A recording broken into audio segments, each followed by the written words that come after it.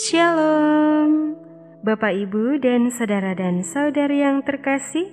Jumpa lagi dalam Sikat Sabda Iman Katolik, Kamis Pekan Biasa ke-19, 12 Agustus 2021.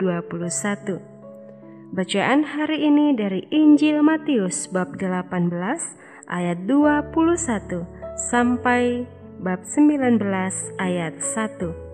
Marilah kita siapkan hati dan pikiran kita untuk mendengarkan sabda Tuhan. Semoga Tuhan beserta kita, sekarang dan selama-lamanya. Inilah Injil Yesus Kristus menurut Matius. Dimuliakanlah Tuhan. Sekali peristiwa, datanglah Petrus kepada Yesus dan berkata, "Tuhan, sampai berapa kali aku harus mengampuni saudaraku jika ia berbuat dosa terhadapku? Sampai 7 kalikah?" Yesus menjawab, "Bukan hanya sampai 7 kali, melainkan sampai 70 kali 7 kali. Sebab hal kerajaan surga itu seumpama seorang raja yang hendak mengadakan perhitungan dengan hamba-hambanya. Setelah ia mulai mengadakan perhitungan, dihadapkanlah kepadanya seorang yang berhutang 10.000 talenta. Tetapi karena orang itu tidak mampu melunasi utangnya, raja lalu memerintahkan supaya ia beserta anak istri dan segala miliknya dijual untuk membayar utangnya.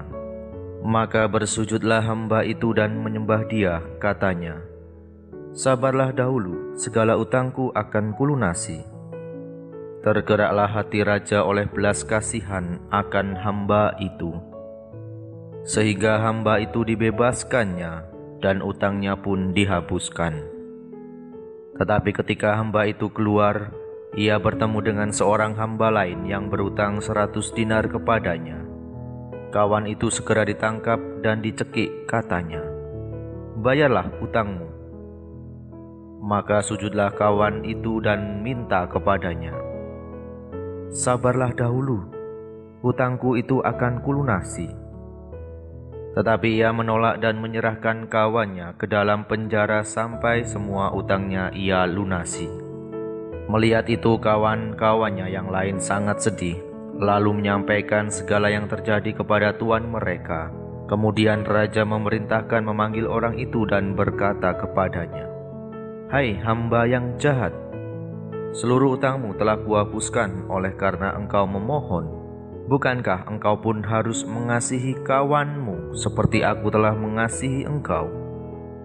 Maka marahlah tuannya dan menyerahkan dia kepada algojo-algojo sampai ia melunasi seluruh utangnya. Demikian pula Bapa-Ku di surga akan berbuat terhadapmu, jika kalian tidak mengampuni saudaramu dengan segenap hatimu." Setelah Yesus selesai dengan pengajarannya, berangkatlah ia dari Galilea dan tiba di daerah Yudea di seberang sungai Yordan. Demikianlah sabda Tuhan. Terpujilah Kristus. Bapak, Ibu, dan saudara dan saudari yang terkasih, renungan hari ini akan dibawakan oleh Bapak Julius Dwi Atmoko dari Lampung. Selamat mendengarkan.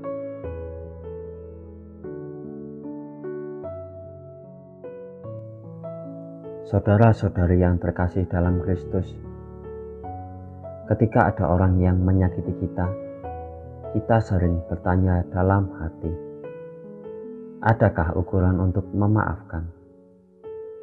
Selama ini kita masih sering menutupi kelemahan kita dengan berlindung menggunakan kata, sabar juga ada batasnya.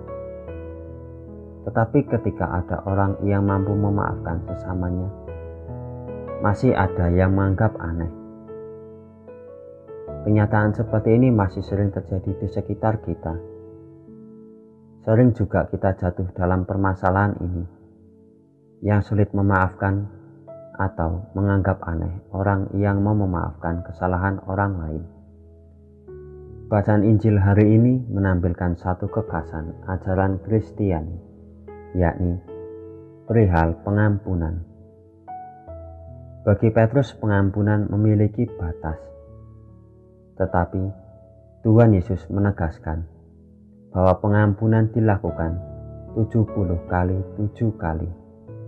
Artinya bahwa Yesus mengajak kita untuk selalu memaafkan. Standar tindakan pengampunan itu adalah Allah. Ia selalu mengampuni segala kesalahan dan dosa kita. Mengampuni tidak hanya memberikan damai dan sukacita kepada orang lain, tetapi juga melahirkan kehidupan baru, kesehatan jasmani dan rohani kepada diri kita.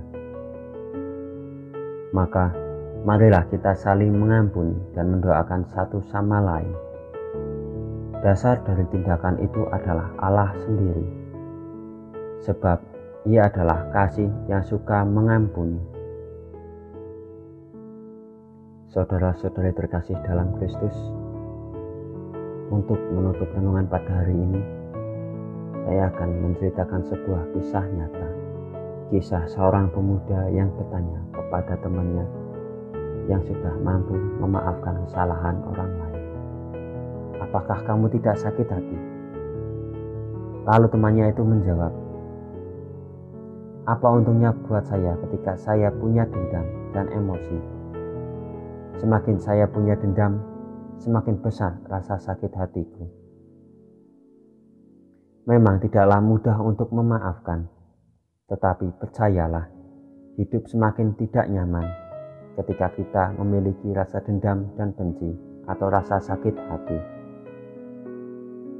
Yang terpenting bukanlah masalah sulit atau mudah untuk memaafkan, tetapi mau atau tidak untuk memaafkan.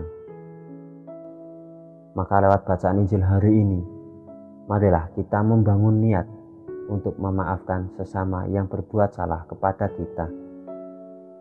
Marilah kita berkorban dengan cara melawan rasa sakit hati kita untuk menciptakan rasa damai dengan sesama kita. Tuhan Yesus memberkati.